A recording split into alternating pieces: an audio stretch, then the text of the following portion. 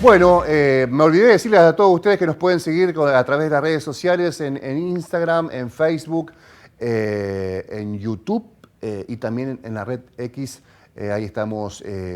subiendo no solamente los aportes que generamos o el contenido que generamos en la televisión, sino también otros contenidos que a mi criterio son relevantes, como por ejemplo los que subimos hace algunos días en la página web, La Historia No Contada, por lo menos con algunos detalles en profundidad, del narcotraficante Vicente Matías Piñata, por quien hay una recompensa, quien aporta un dato concreto de su paradero de 40 millones de pesos que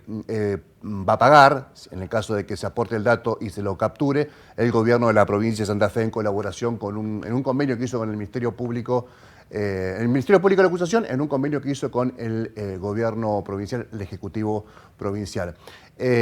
Habíamos dicho también al principio del programa que íbamos a hablar de una causa en donde se le van a pintar los dedos a varios actores de guante blanco, del Círculo Rojo, que hace por lo menos un lustro, por lo menos desde que estalló aquella vergonzosa comunicación del Grupo Vicentín hablando de estrés financiero para anunciar el pagadiós a sus acreedores y que, bueno, que está terminando con la posibilidad que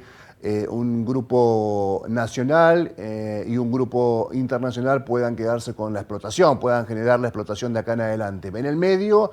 muchísimas denuncias, muchísimas investigaciones, justicia provincial, justicia federal y un gran núcleo de escándalo o de corrupción que muchos visualizaron y que decían, a quien quieran escucharlo, sobre este núcleo de corrupción, sobre este hecho, pivotea el gran desaguisado, el gran lavado del Grupo Vicentín allá por 2020, 2021, y que tenía que ver con el vergonzoso préstamo que le otorga el Banco Nación a la firma, sabiendo que iba a entrar en default, sabiendo que no iba a poder cumplir y sabiendo seguramente que mucho de ese dinero iba a fugarse al exterior. Uno de esas personas que advirtió sobre esta situación fue quien termina denunciándolo en la justicia.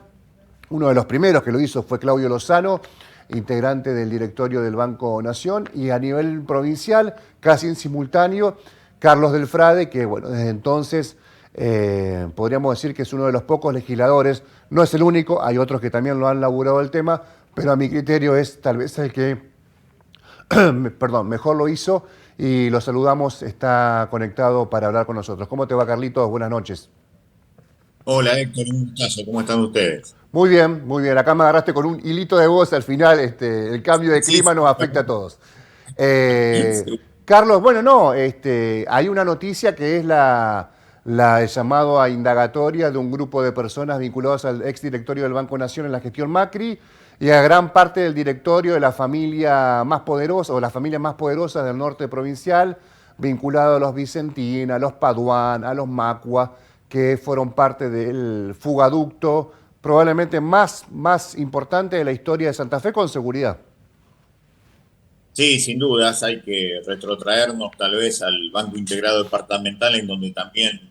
se terminaron lavando $1.000 millones en aquel momento, en 1995, que es uno de los hechos en donde también participó Javier González Fraga. Eso también es importante tenerlo en cuenta porque Javier González Fraga termina siendo el presidente del Banco Nación, que recibía directamente órdenes del entonces presidente de la Nación, Mauricio Macri, para justamente hacer del Banco Nación un lugar por donde fugar dinero a través de las cuentas de Vicentín. Recordemos que esto nosotros lo denunciamos en julio del año 2020 en la legislatura de la provincia de Santa Fe, cuando conocimos la resolución que el fiscal Policita, que es el que hace estas imputaciones, por lo cual desde octubre hasta fin de año van a tener que circular por los pasillos de los tribunales federales, por lo menos en Buenos Aires, gran parte de estos 26 personajes que han sido marcados desde entonces. Esto el 8 de julio del 2020 ya se sabía, la causa en realidad se titulaba con el nombre del presidente del Banco Central de la República Argentina, en aquel momento del gobierno de Macri, que era Guido Sanleris, pero en esa causa que nosotros leímos y denunciamos cuando todavía existía la comisión de seguimiento del caso Vicentín, que lamentablemente fue cerrada desde la asunción del gobierno de Puyaro en la Cámara de Diputados de la provincia de Santa Fe, lo que allí se decía era que a través de 1.418 transferencias bancarias, distintos integrantes del Grupo Vicentín, desde el Banco de la Nación Argentina de Reconquista, Héctor, Sí, sí. habían fugado 788 millones de dólares, 788 millones de dólares, a cuentas personales, algunas de las cuales estaban en las Islas Sheila, que es un paraíso fiscal en donde Inglaterra tiene jurisdicción y en donde depositaron ese dinero que hace falta, de qué manera además, no solamente en el norte profundo de la provincia, sino en toda la Argentina. Así que hay que ir por ese dinero, hay que recuperar ese dinero y al mismo tiempo, alguna vez en la Argentina, meter preso a estos delincuentes de guante blanco, que además tienen complicidades políticas, porque aparece también una figura que durante mucho tiempo fue diputado nacional por la provincia de Santa Fe, Carlos Castellani, empresario del grupo Apache, en la zona centro-oeste de la provincia de Santa Fe, y aparecen también hombres visiblemente vinculados también con el gobierno de Milei, porque allí aparece el síndico en aquel momento del Banco Nación, Alejandro Fabián Díaz, que es hoy el titular de la Sindicatura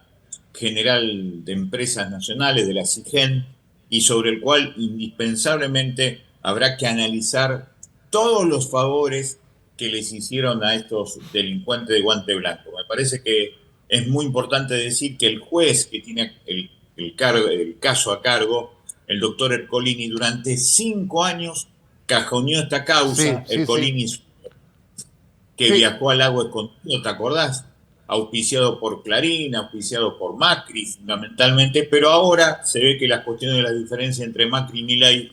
ha generado esto, y además, creo yo, la necesidad que tiene el verdadero dueño de la Argentina, que es Estados Unidos, para que su empresa madre en todo esto, que es Cargill, se quede a cargo de todo, y para eso se necesita borrar definitivamente del mapa a lo mejor de la historia de Vicentín, que llegó a ser la principal exportadora argentina. Acá lo que está en juego, Héctor, es quién se queda con el principal negocio del país, del pueblo argentino, que es la exportación de cereales y derivados. Con esto vamos a que se quede totalmente los grupos norteamericanos, fundamentalmente Cargill. ahí te agrego, estamos conversando, Carlitos, que Cargill, en caso, bueno, es un hecho, prácticamente lo es, que se quede con el negocio y con la cartera, digamos, que operaba a favor de Vicentín, con los pequeños productores, y ya había aclarado y lo hizo públicamente a través de sus voceros que los familiares y los directivos que han hecho, que son los hijos, los nietos de los que fundaron el Imperio Bizantino en el norte, no iban a tener ninguna participación en el directorio, de ninguna clase. Se borraba además esa, como diciendo, y fíjate vos al hablar de este tema hoy, era una anticipación, porque esto fue la semana pasada, de que algo iba a ocurrir, porque dijeron ni los Vicentín, ni los Macua, ni los Paduan ya van a formar parte de nada que tenga que ver con la explotación de lo que sería o podría ser el ex grupo Vicentín. Y fíjate, una semana después, Ercolini con esta resolución. Digo que las cosas no son casuales, a eso me refiero. No, para nada. Y además, insisto, como es Estados Unidos que gobierna la Argentina a través de Milei, claramente el grupo favorecido va a ser Cargill, que en su alianza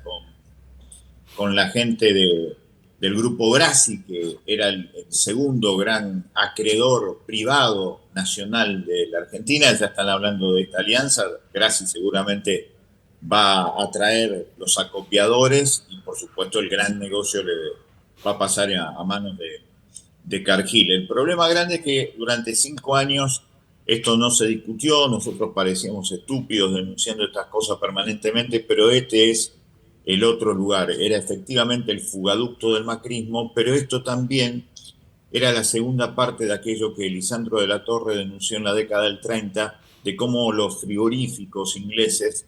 en realidad habían colonizado el Estado argentino a favor del saqueo. Vicentín demuestra eso, ha sido colonizado el Estado argentino y también gran parte del Estado provincial a favor de un saqueo fenomenal, desplazando a quien manejaba la principal variable de dinero que produce la Argentina, que es el comercio exterior de granos. Es Y un caso emblemático. otra cosa, Carlos, que también vale la pena subrayar, es que el Banco Nación como entidad y por antonomasia fue creado para apoyar con el crédito blando, el crédito accesible al productor, al emprendedor, al que da laburo en Argentina. Y en este caso son 300 millones de dólares a un grupo que ya se sabía que iba a caer en default. Ya se sabía, digamos, por lo menos 6 meses antes de que ese comunicado horrible de la firma anuncie que entraba en estrés financiero. Y que choca, se da de bruces con lo que seguimos escuchando hoy por parte de los mismos actores, que el Banco Nación debe ser un banco al servicio del laburante, del trabajo y de la producción. Y fue en ese momento el emblema nacional al servicio de la fuga de capitales. Lamentablemente hay tantos temas graves hoy para charlar, pero para mí es uno de los más importantes, insisto con este tema, vos recién mencionabas lo del BIT en el sur provincial hace 30 años, pero para mí es uno de los temas más relevantes de la historia reciente de corrupción en la provincia y en el país. Sí, sin dudas. A lo que le tenés que sumar todos los otros elementos que trae el caso Vicentín, porque en ese mes de noviembre del 2019, días antes de la declaración del estrés financiero, como vos bien decís, que fue el 4 de diciembre del 2019, en noviembre, en 30 días, se dieron 28 créditos por 105 millones de dólares, solamente pidiéndolo por correo electrónico después se giraba millones de dólares hasta los días domingos para esta gente de Vicentín. Fue realmente alevoso como se le robó el dinero al pueblo argentino, porque este dinero era del Banco Nación, no eran de estos directivos de Vicentín. Así que efectivamente es una matriz de saqueo que imprescindiblemente habrá que desarticular alguna vez